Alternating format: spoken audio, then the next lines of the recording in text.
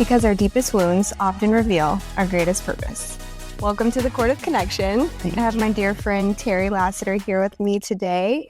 Really excited about this conversation. Yes. I don't think I've ever told you this, but Terri, I've been in your presence so many times in certain really insecure moments, and I feel like you just being who you are has gave me permission to just Nice.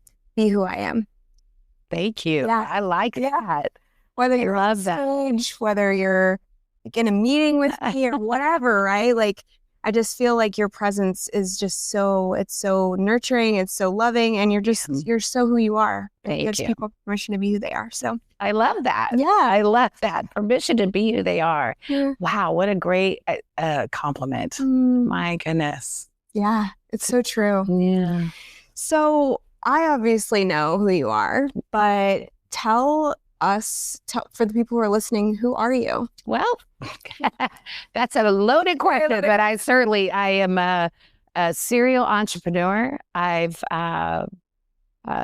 cannot go into an environment and a conversation or a networking group or anything and not create a business in my head as you're talking. It just is natural to me. But it's not for everybody. I'm a mom of 4 kids. I've been sober for a very long time, and I have a great business in construction by accident. It wasn't my idea, but God's idea has a bigger plan for me. So here I am owning a construction company for 20 years. But I love women. I have partners in female hustle gene, which we're launching at some point, but really diving into women and entrepreneurs in general. But I've been a business consultant for over 20 years as well. So I've helped businesses start, to expand, that kind of thing. I'm a jack of all, Jill of all trades. And you sing, you perform. That's true. I sing. She's an amazing singer. I mean, the first time I heard you sing, I was like, holy shit, I didn't know you had that. Yes. Let's go. I do. And I have a family of musicians. My brothers are musicians, and my mother was a musician, my aunts, and all of my kids are musicians. So wow. It's pretty fun. Wow. What do your kids do?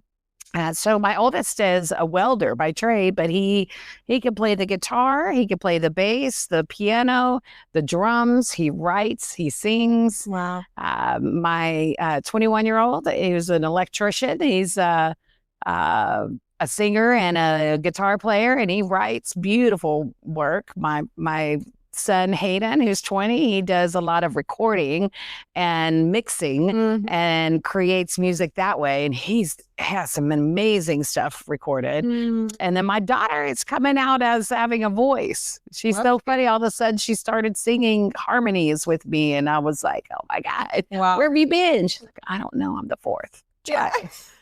I'm over here. I'll bring you out. Yeah. Yeah. Tell me, you've been in construction for 20 years. What did you do before that? What led to becoming an entrepreneur? I was an entrepreneur before that. I was in health and wellness and fitness, and I was a personal trainer. So I had a lot of clients in that arena. I was a personal trainer at Westminster Manor. Manor. I got to train iconic people from Austin that helped build Austin. Wow. Yeah. I've owned a barbershop. Wow. As well, and helped that barbershop 20 years ago to build in the California area and expand. But I've helped a donkey rescue. It was, I have just said, yes, I hardly ever say no. Actually, I say no more now than I used to, but I just, I've have it in you. I have it in me. So I was my own personal trainer. I did not work under a company or anything. I built clientele and wow. Yeah.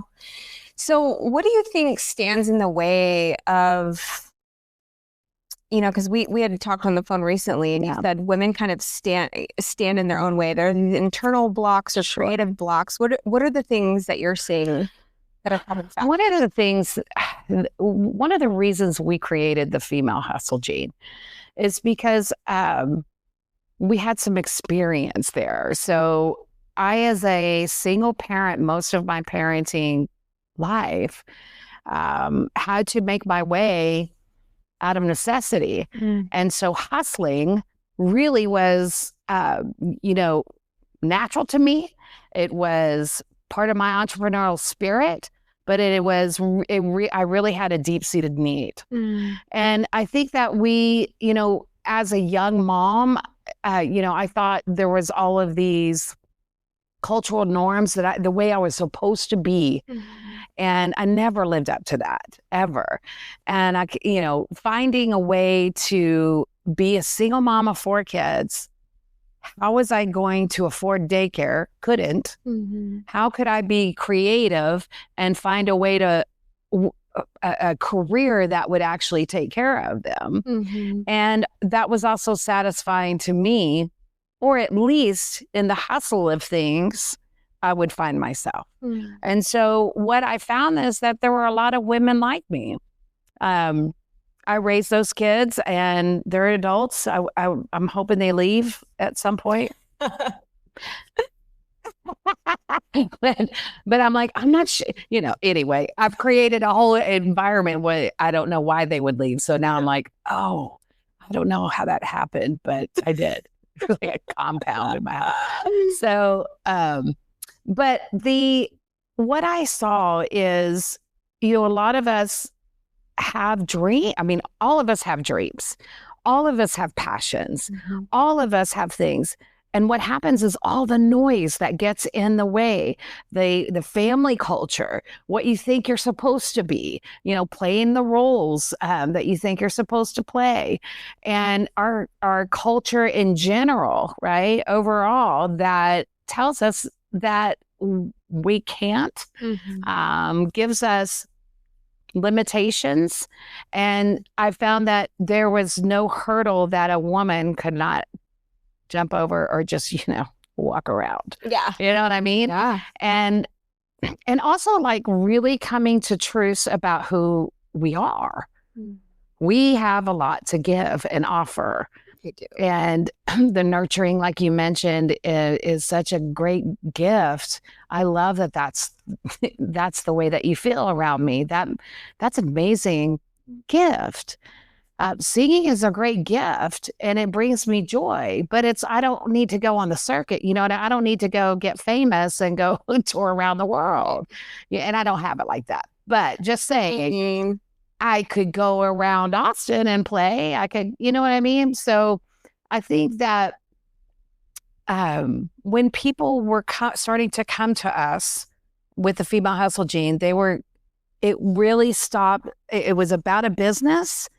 And what happened is it opened up this whole big stack of wounds and things that they were filling, or we as women were filling in, that were not satisfying anymore. They didn't buy into the creativity and the expansiveness that we have to offer, nor did it give us permission to be aligned with who we truly are.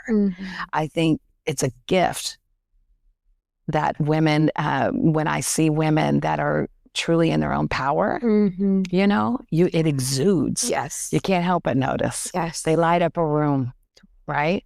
And so it opened up this space for women to start really actually looking. You don't realize it. We don't realize that we've gone down this hole and lost ourselves in different areas. We talk about the motherhood syndrome where we lose ourselves in our children. Great.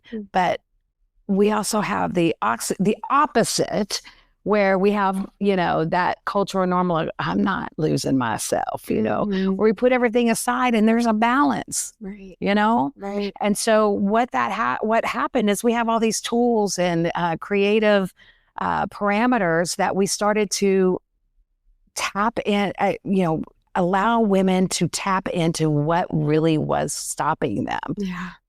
You know? And once they could see that, then they could start making moves. Mm-hmm. They could start taking action. Yeah. It's amazing. Mm-hmm. And we just are along for the ride. Right. You know? Yeah. Yeah. Like, go. Spread your wings. Yeah.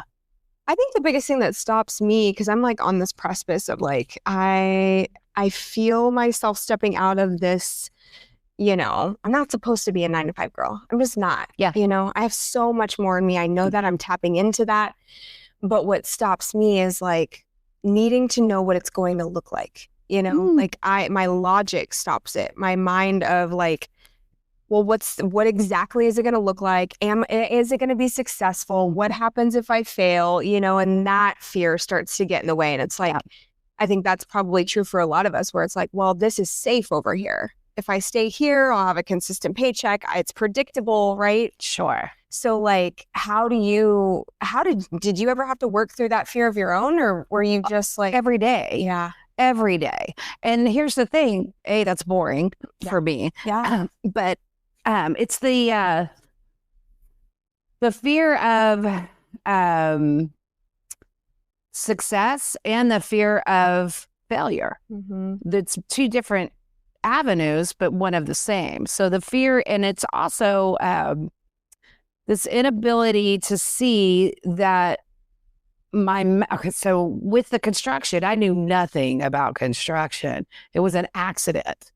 My ex-husband was moonlighting with a spray foam rig. He was a mechanic, so he could work the parts for a custom home builder. I got fascinated because it was a green building product, and the good old boys in Austin, they didn't want any, new things. And so it was cool to like talk to them and create this like networking. I started going to networking events with builders, custom home builders. I started going to networking at the Green Building Council. I started building a business around him, and he was like, what happened? It's like, I don't know. I can't help myself. What do I do with my hands? And he was like, I wasn't interested. And he left and left the family and left the business. And those guys were calling me. The builders were calling me and asking me to do all. And I just said yes. And they started asking me to do more things. And I'm like, okay. I just hired people. I just subcontracted everything out, and I could see the big picture. I'm a big picture gal. So it worked out because I could see how things should move. And I failed and failed and failed. And it cost me a lot of money. And who cares? I had waited tables for 13 years. I'm as good as the next, night anyway. Yeah. Right. Cash daily. So I was only as good as my next job anyway. So the hustle's still in there. The hustle, it's a new game. Every job is a new game. Every client is a new game. And so I knew nothing about construction, but I wasn't afraid of taking a risk. Yes. And I think that's a different perspective. I think it's a switch of, what if I fail? What if you don't fail? And I would say, all my failures have been my master's program. Now I have nothing but referral business. I have nothing but women asking me how I did it, Yeah. And I have made bad decisions in business, and I've made really great decisions in business. And who cares? Yeah. So sometimes it's really rough. I can do rough. You can do rough. We did rough. We do rough. Yeah. We had babies, or we had divorces, or anything. Addiction. Loss. Ooh. Yeah. Loss. All of that. So the risk becomes, if I don't take a risk, I will never know. Yeah. And I don't want to live my life never knowing. So true. I don't. I saw this kid. He's actually from Austin, and I don't know if you've seen his videos, but he goes around and he will just randomly walk up to somebody who has like a really nice vehicle, like over $100,000. Have you seen his videos? Yeah, and he says, he's like, "Hey, can I chat with you for a second?" Yeah. And he'll ask questions like, "Are you a self-made millionaire? Did you?"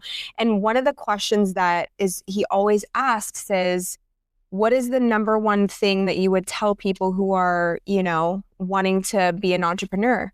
And all of them say, I took the risk. I took a risk and I didn't question if I was going to fail or if I was going to lose money. I just did it. Yeah. You know? And that simply is like what I was telling you earlier about the podcast. Yeah. It's like when I move, the universe moves. Yeah. When I decide, fuck it, I'm all in. That's the universe moves with you. That's right. You know? That's right. Fascinating to me. If you keep your eyes open, it is so fascinating how things line up. So fascinating. It's so true. Right? Yeah. And why would I want to miss that? Right. That's the fun part. Sitting in a 9-to-5, working for somebody. And I get like, there is something to be said about not having your own business and working for someone else. There's something to be said for that. The hustle is really can be, you know, at 55, I'm like, yeah, I don't know if I want to build an empire. I've kind of built the empire that might be it. And do I need to go any further? I don't know. Maybe not really. I'm good right here. I have enough business for a year and a half. Not bragging about that. Just saying, maybe I don't want to build an empire anymore. Yeah. And what would that look like? And that becomes how I start to align with my true self, right? Like I don't have to. 2 years ago, what I felt and my trajectory, my actions, my power was building an empire. And I did it. Yeah. And then it was like, ooh, that was probably not the right time or whatever. And my master's program. So what? Yeah. Yeah. What do you feel like is the difference in your energy at that point versus now? What changed? Oh, that's a good one.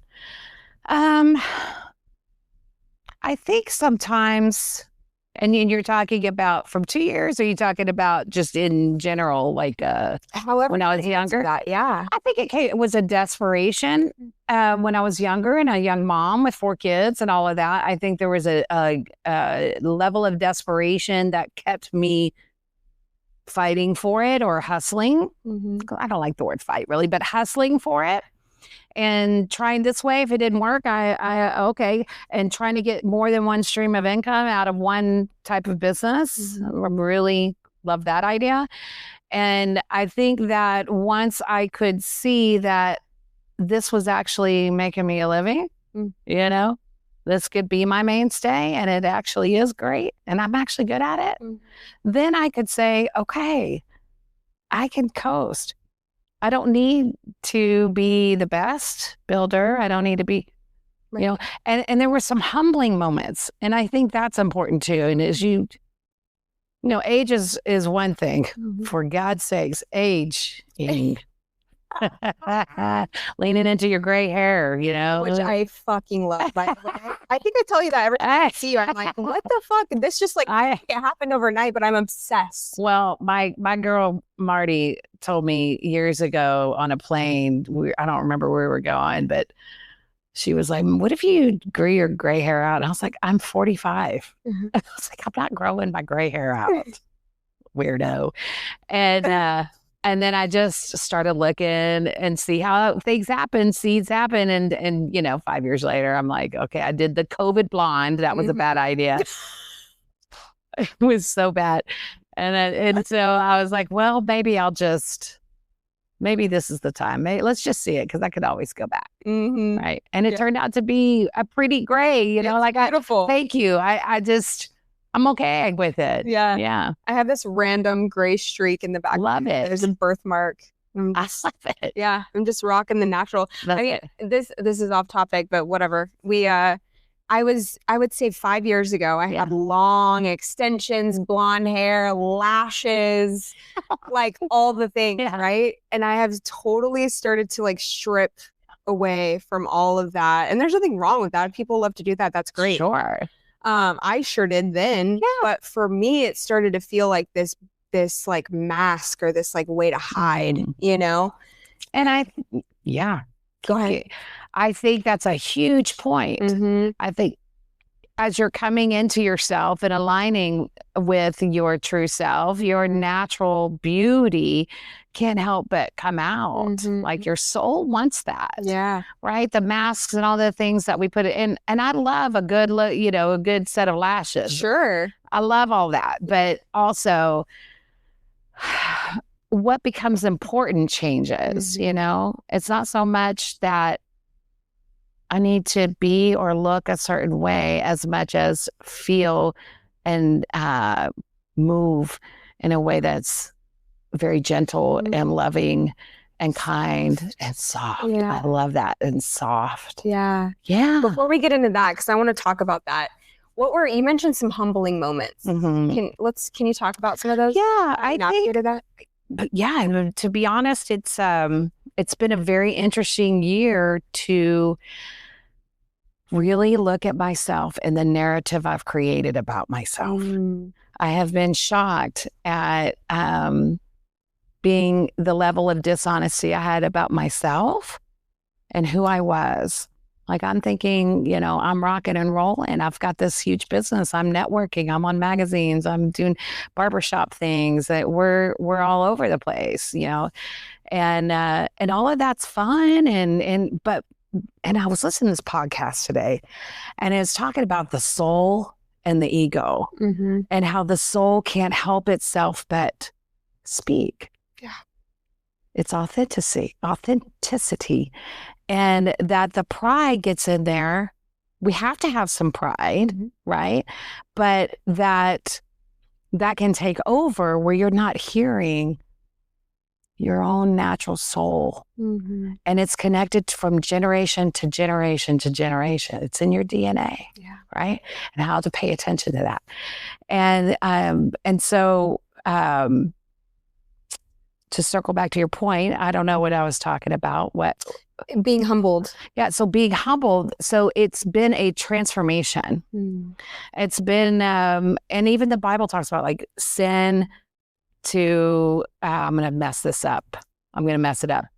Basically, we have it opposite. Like God's forgiveness, God's grace, that kind of thing is really important to me to see that I think faith without works is dead, right? And so I'm going. I'm getting accolades. I'm on top of the world. I have nothing but referral business. I have so many leads. I can't even keep up with them. It's great. About employees, all of that. And I'm about to crash and burn. I'm about to crash and burn. And I think that the humility from changing. Sorry, go. Oh, did it go? No. From seeing that the narrative that I had created about myself wasn't really true, with some of the decisions I had made were coming crashing down. Yeah. And talk about a failure that transformed and transposed me to look at it in a completely different way with grace. That we can do the next right thing. We can get up every single day and go. And if I'm doing the work for my pride and ego, then that's not faith. Right. That's me taking over. Right. Right. And not fulfilling. It's extremely unfulfilling. Yeah. And isn't that funny, that parallel? Yeah. And so the humility of seeing that the narrative I had created all these years, like when we're a kid, we create coping mechanisms. But when we get older, those coping mechanisms as a kid don't work for my adult self anymore, right? Right. And so this narrative wasn't lining up to what the consequences were for decisions that I made, right? And so as that's unfolding, I'm like, who am I at all? And it's like this rebirth of, who do I need to be? Yeah. Or who do I want to be? Or why is there something definitive that why do I need to define all this? What if I just be and present and with God and, what's the next right thing? Yeah. And that, I've been doing a lot of spiritual work around like I feel like we fight our human parts so much, but it's also part of the experience, right? The part of the experience is to fail, is to feel disappointed, is to feel scared, is to feel, and so many of us like run from that or push that down. Or, I had a sponsee call me the other day and she was like, I'm just feeling super nervous. When a 10th step, and I've been praying and it's not going away. And I'm like, when did we decide that nervousness was a bad thing? Why are we trying to pray this away? Why can't we, like, let's lean into that? Like, hey, nervousness, it's okay. Come on in. Like, you can be here with me. We're not going to push you away, you know? But I feel like, I don't even know why this got brought up, but like what you were saying was like this journey of just like leaning into like, okay, I made some bad decisions. Okay, I fell out of alignment. How can I meet myself with love and grace and not need to judge, but just wake up and acknowledge that doesn't really feel aligned to me, you know? And I'm going to move in this. Not at all. Yeah. Right. And my sponsor said some interesting things about being humbled and humility. And I think at the beginning of sobriety, I thought everything was humiliating, and I didn't want to be humiliated. Sure. Right. So I couldn't be honest about that. It was the best I had at that time. But now I had to go through some humiliation in order to be humbled. Yeah. I get it now. Like, it's like, I have to go there. I have to crash. I have to fail in order to I have to see what is stopping me from moving forward. Right? Yeah. I have to see the hurdles. I can't just wish it away. Right? Do you feel like some of that like hustling and grinding the last couple of years was like maybe avoiding other parts of your life? It's a good question. And that is spot on. And then what this does, walking through this transformation right now, is it forces me to slow down. Yes. And it's proper. It's appropriate, I believe. Yeah. Right? Yeah. In this time and right? Yeah. Of my life. Such a hard, we've been, as a feminine energy, it has been so suppressed, right? And we have just for decades, many, like probably centuries, right?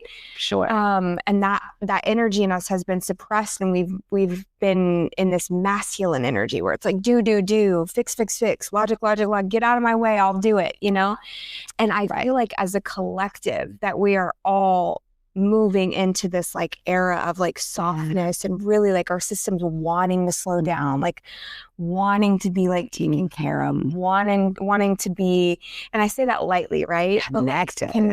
Yeah. Right. Just like present in our bodies, right? Which is another thing I want to chat with you too, because I know we both kind of struggled in that area of, at moments in our life, right? Of body image stuff and not, like how that all correlates with like forcing us out of our body. If I'm like thinking, I'm either asleep and doing these other behaviors, or I'm so obsessed with my body that I'm like focusing on how to change it. It's keeping me out of my body. Right. Present. Yes. And appreciative. Yes. Yeah, I had this really big epiphany over COVID. I was having some health issues, and I changed everything I ate. I walked every day, all the things, and I lost about 50 pounds. And but I had this whole meditative like connection with my body, this love affair with my body. And it was this thankfulness. I would thank my body for all that it's held, all the pain, all the fear, all of the struggles, all of the joys, all of the babies, all the everything, the tragedies, and it was looking at my body as this space that felt and held space for it. It was beautiful. It was a beautiful experience. And so I was fine with my body. Now I'll tell you that. And I got plastic surgery. I've done every diet. I've talked to my friends into every diet. I had everybody on COVID buying $300 juicers and doing celery juice every day. And I finally said, I'm not going to drink any more celery. I'm like, okay. But that's who I am, right? They know how I am. Let's try this. Yeah. Yeah. I'll get Marty on the bandwagons, you would believe. But my friend Marty. And so, and here's the thing. My body had given life to 4 human beings. Mm-hmm. And I was a good mom. I am a good mom. And I'm a good mom who has made mistakes. Yeah. Right. And which is a whole other conversation too. So when I started to make money, I started to save money. I started to do the research. I did all of the things. I did not just jump into, I got to cut all this off. Oh, it was, you know what I mean? Yeah. So I felt really healthy about that decision. And it's helped me to actually be healthier. Mm-hmm. So, and that was the approach I took with that. Now I'll tell you that I had a couple other surgeries after that because I liked it so much. That was the problem. Yeah. When the first one, it was the second one. Yeah. Right. And so, because I could get obsessive about that kind of stuff. But I have to go back to, I appreciate my body the way that it is. And you know, this whole journey of going back to my roots. Like I went to college for health and wellness promotion and a minor in nutrition. I got into all kinds of weird things, you know, barbershop. I don't cut hair. You don't want me cutting hair, you know, and then just to go back to that naturally. So I'm taking classes again and getting recertified and taking nutrition and holistic approaches and energy and all the things that make me happy. Yeah. Yeah. Yeah. So what has that been like? What's the journey been like for you to like slow down and soften and come back to yourself and kind of maybe let the hustle be over here? What has that been like for you? I'll tell you, at the beginning, it was real painful. Mm-hmm. And I can remember exactly standing on my back porch. She'd been on my back porch and just feeling the wind and smelling the air and taking a deep breath and going, my gosh. Oh my gosh. And that started that journey of maybe I don't want to hustle and grind as much anymore. Or maybe I look at it, the hustle and grind, a little bit differently, like curiosity or thankfulness or appreciation for it. Mm-hmm. Yeah. Yeah. Well, so you said it was hard at first. Were there like, was it uncomfortable to just like physically slow down? Like, with yourself more? What were some of the scariest things that came? No, I don't think it was that. I think genuinely having a practice for a long time of waking up slow and meditating and praying and doing the things that kind of get me set for my day. Mm-hmm. Doing that practice for many years, I was already in practice of slowing down. Mm-hmm. But I think the humility is what really changed my angst and my let's go and my we've got to run. My hustle is a lot different, right? And it was a little painful to like go, oh, that's not serving you anymore. Or that's not serving. That's not the narrative that's happening here, right? And that whole process at the same time, because God's huge, you know, is a little painful. And then it's like you get to the realization that you have no control again and again and again, depending, you know. So getting to that, you know, it's a little painful. Yeah, a little bit. Yeah. Was there this narrative of like, who am I without all of this? Did any of that come up? It wasn't so much who am I without all this as it was who am I with it, without it, just to the left, to the right. Yeah. Who am I at all? Yeah. What would you say was like the some of the biggest discoveries on this journey of figuring out who you were? I think I'm still figuring it out, to be honest. Yeah. Yeah. I think that there's no limits, you know, Yeah. that there's worldly limits. Like there's limits where I thought that I could overcome, that I don't see that anymore. There's some things that I will say I can't, and God is bigger than that. Yeah. And so the true act of letting go has become huge, because that was the hardest thing for me to learn. How do you let go of what I'm thinking? Right. Yeah. What's in my brain is just what's in my brain. Right. Yeah. And so going, letting go means I don't have to have all the answers. I don't have to figure out what's going to happen in the future. Because if I'm being authentic, if I'm still discovering the hurdles that are in my way today are very different than the hurdles that were in my way 20 years ago or 10 years or 5. Right. If I'm staying in the moment and looking at that, then really there's no need to control.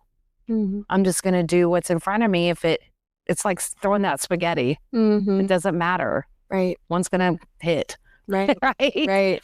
Yeah. Yeah. I feel like, so I've been in this era of, obviously I'm in recovery, and there's so much about the role that I've assigned myself in those spaces for so long, and it's less about the space and more about like what I felt like it gave me meaning, or it gave me worthiness to be so available all the time, and having my hands in this and having my hands in that, and being on this committee and being, sponsoring all the right.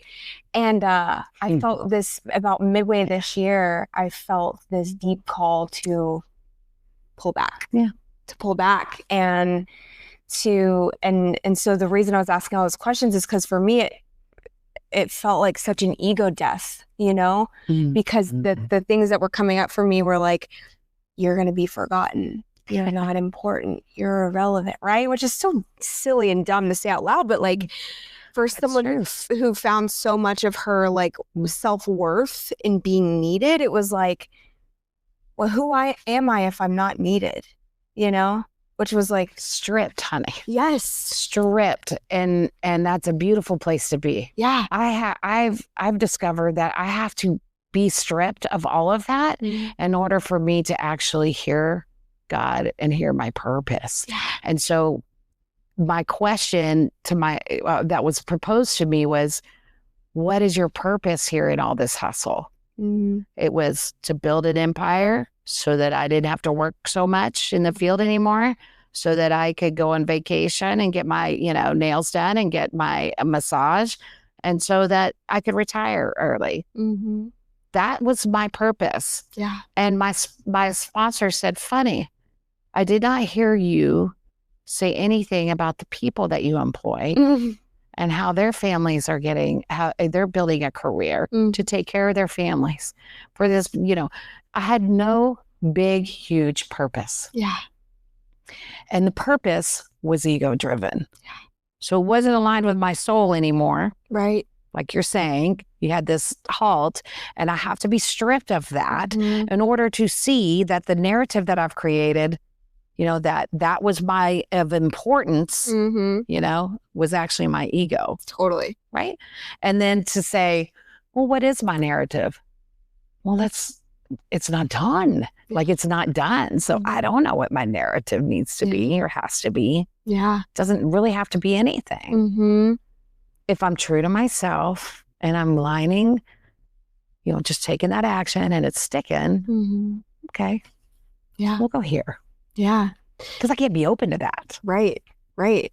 I know. And what you said this on the phone the other day, that there's this sweet spot of like uncertainty that feels exciting, where it's like, I don't know what's going to, and I feel like that's exactly where I'm at too, where it's like, I don't know that I feel super excited about it all the time yet.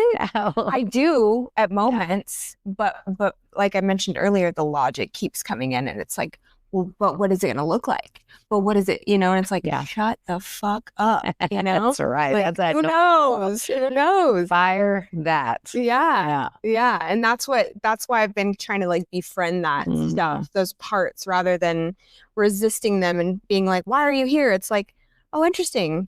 You're really panicking right now. I can feel your energy. It's okay. Yeah. You can panic, but also like everything's going to be just fine.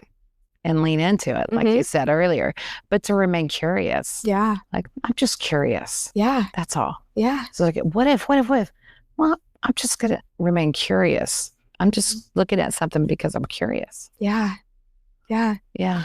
So Female Hustle Gene, walk me through what that looks like. If I was a client and I wanted to, I was exploring all of that, how would that look? Well, we do, a free intake, and there's 3 of us. So you have a behavioral scientist, and a serial entrepreneur like me who's ran and developed 6 or 7 different businesses for the boss that she had. Now she's doing it for Shell. And myself, who's done nothing but run businesses and helped other businesses to hustle. Yeah. So what we do is a lot of combination of questioning at the beginning that helps us to devise an entire program. And sometimes we'll go off of that, and it naturally, organically grows. So it's a lot of discovery based on what there is homework and things like that. Not a lot of homework, but to get you going and thinking about who are you really, right? What is it that you want to do? Sometimes we start off with a client who has an idea for a business, and by the end of it, that's already done, and we've decided on a different type of business, right? Or it's someone who comes in. So we have packages where we do basically a 2-hour discovery call, and then we have weekly hour-long sessions with you, Zoom sessions. So sometimes we do on-sites. Nice. Yeah. So it's been fun to kind of grow from that. But so yeah, that's our goal, is to break down what's keeping you from being who you are or want to be, and based on all those cultural norms that have been created for you, by you, by your family, DNA, it's in your genes. All of that is considered. What are you doing for you? Yeah. Right? Yeah. Let's talk about you. Yeah. Yeah. I love that. Yeah. It's so interesting. I actually did this. I'm going to this retreat in February with this woman named Rebecca Silent. She's such a powerhouse. Nice. And I did a coaching call with her. It was like an hour and a half, and it was insane the amount of breakthroughs I had in an hour and a half. But one of the things that she did was help me see how I have this like glass ceiling where my mom's idea of success is. And how there's like this carried guilt that I have of like, I'm going to be more successful than her and then some, and my dad, and how like I have capped myself at this point, right? And she said, she's like, the interesting thing, Danielle, is like that there's a door at the ceiling. It's never been locked. Yeah. Right. And so she had me walk my little inner child up the stairs with me and open the door. And she said, when you get up past the ceiling, I want you to turn around and I want you to look down. And I turned around and I looked down, and the minute we got through the threshold, my little girl was fucking jumping for joy. Like, I was like, that's so great. So fucking excited. Oh, that's so great. Oh my God, thank God you're taking us past this fucking point. Yeah. But the whole point is that you're so right. It's so much of our old belief systems, and it's like, what are those? Yeah. Are they your moms? Are they your dads? Are they societal? Are they just some shit you picked up along the way? Exactly. That you're living, breathing, that you're not even aware of. Right. Right. Yeah. And why can't I get there? Yeah. Yeah. That's beautiful. I love that. And that's a lot of it. That's a lot of it. Seeing what is keeping you Yeah. From your parents, from your childhood, your coping mechanisms, all of those things are important. Yeah. Yeah. And then getting to have some tangible things like, okay, hey, we want you to do this by next week. You're going to fucking do this, you know? And that's they do it. Yeah. Yeah. Some of us just need some coaching, you know? We all need coaching. Yeah. We all need it. And it's really, you have all of that within you. Sure. We're just bringing it out. Right? Yeah. So you are discovering this for yourself all along. Yeah. And it's a beautiful thing. We just got pictures from a lady that had a baby she got pregnant during the time and married and all this stuff. And it was a beautiful thing that we get to, she sends pictures of babies to us, you know? I guess it's the feminine energy, the connection that you were talking about at the beginning is so powerful. Oh my God. And genuine. And it's, it's a knowing. Yeah. Right? Yeah. Yeah. We are fucking powerful. Way more powerful than men. Well, let's throw it out there. Yeah. And we are, you know, we are. And that's okay. They're powerful in their own right. That's right. And we need them, you know, to balance everything out. That's right. We're honestly pretty powerful. Yeah. I love being a woman so much. Yeah. It's nice. It is. It's a nice deal. I love being a woman too. Me too. Yeah. So are you going to bring in your nutritional stuff into this scene, or is that going to be something separate?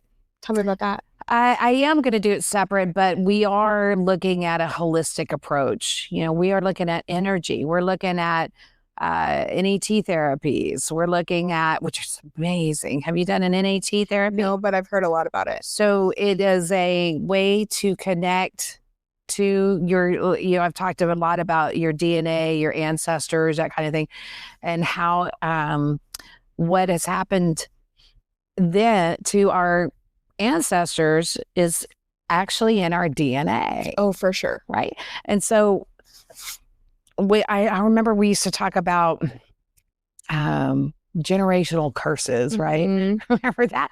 And so it's along that line, generational trauma, and letting go of all that stuff and being disconnected because it's stored in our bodies. Totally. All of that type of energy, how our bodies have been, it's the same thing as the small child. Thank you for taking care of all that you've taken care of. And it's time to let it go. Yeah. And then it frees you. It's such a freeing, beautiful, peaceful moment, right? Yeah. Yeah. So then you're incorporated in that, and then you'll see clients individually. I'm not sure what I'm going to do with it yet. I really don't know. I think that, I could make it as big as I could make it. Right now, I just see my whole, I may open a cafe. We don't know, girl. I love that. I had this vision from when I was young, actually, of an entire area with a farm and a chef and a restaurant and acupuncture and yoga and meditation, all these things in one area. I've had it my whole life. So cool. Personal training, all of it, because that's how I think. You've got to go big or go home. But in reality, I don't know. I may not do that either. Yeah. There are a few women that are doing some things that I like, and the rest of it is just the same old. Anybody can put together a plan and sell it and that kind of stuff. I'm not real interested in that. Yeah. I really want to look at the whole family system, I think. Love that. Yeah. Yeah. There was something I was going to ask you, and I left my mind. And I'll say this too. Let me add this. Everything in your lives, everything in my life is affected by the way that I take care of myself. Everything. Yeah. If I'm losing myself, I'm lost in everything. Right? And I'm not good at anything. Right. If I am holistically approaching my life and it touches every part of my life. My sobriety touches everyone who comes into contact with me, just like my alcoholism did. It's the same concept. It's the same principle. that when I take care of myself mentally, spiritually, and physically, it's in the book. Yeah. Physically. Right. Mentally. That's all the energy and the meditation and the going to God and all these things. And spiritually, physically, and spiritually. Yeah.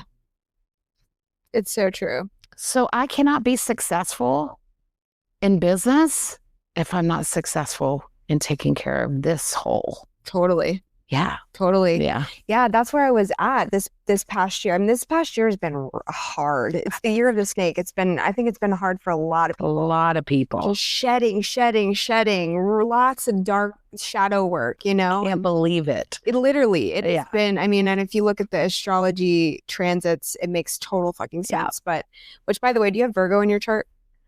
Probably. Yeah. I'm a Libra. Yeah. You are like, you've got to have some Virgo in your chart. The way that you're. I have Virgos all around me. Yes. I love it. Yes. I love my Virgos. Didn't go get her. Yeah. Let me tell you. I have Virgo in my Mars in communication. Yeah. So that's it. But as far as action. I probably do. Yes. I can't keep up with that. I can't wrap my brain around it. Yeah. You know, but it is so fascinating to me. Or I do too. I love it. I'll have to do your chart. Okay. Yeah. Okay. Yeah. But what I was saying is that's what I was up against myself, where I was bleeding myself dry just in all of these areas, showing up like shit, you know? And so it was like, okay, we need to reevaluate like how much you're giving and like turn it inward. And that was such a weird concept coming from recovery, where it's like, think about others, and I think sometimes that can get really misunderstood. Very much so. You know, where it's like, that doesn't mean we bleed ourselves dry. That's right? Like, I can't come to you from an empty well and think that I'm going to give you shit, you know? And I could feel like it was just overwhelmed all the time, you know? And so. Yes. Yeah. And there's a space and time, there's seasons of your life, right? Sure. Where you can maybe be that and then not, you know? Yeah. I was okay not being PTA mom for the fourth time. Yeah. Let the young, you know what I mean? It's the same concept, but and I don't think that, like I mentioned, faith without works is dead, but for an alcoholic, I'll take that work and run it to the ground. Yeah. But based on what I look like. Right. Instead of what from the heart. From the heart. Just leading, totally not leading from the heart. Right. Yeah. Yeah. Yeah. It's fascinating. Yes, it is. What's bringing you joy right now in your life? Watching my kids make mistakes and figure it out. Yeah. Yeah. So much joy. A new relationship that is full of love and easy and peace and safe. Yeah. And I'm really enjoying the relationships that I have. And like, I'm really enjoying getting older. Yeah. I love it. Yeah. I'm really enjoying discovering new things and not knowing everything. Yeah. Yeah. It's a gift to not know everything, really, truly. So tell everybody where they can find you if they're interested, and if we have some female entrepreneurs that are just needing some support or just feel stuck. Oh, you can femalehustlegene.com. You can find us there. We have an Instagram. You can find me on Terri at domainconstructiontx.com. I also have an Instagram, and you can email me at any time for any part of that. So nice. I'll link all that in the. Sure. I'll give you all the links and I'm an open book. Awesome. Yeah. All right. If you can leave our audience with one, just bit of advice going into this next year, what would you say? That's a good question. Sit still. Sit still. Find yourself. Find your safe space. Be vulnerable. take risks. Yeah. Yeah. That's what's happening in the collective, I tell you. That's right. Yeah. I love Terri, it. thank you so much. Yes, I love you, Dora. So much. You are amazing. It is so just sweet to be in your presence. And yours as well. Yeah. Just love it. Proud of you. This is great. Yes, it is. Yeah. All right. Well, may the cord that binds us to one another and to Source remind you that you are never alone, always guided, and always home. Until next time.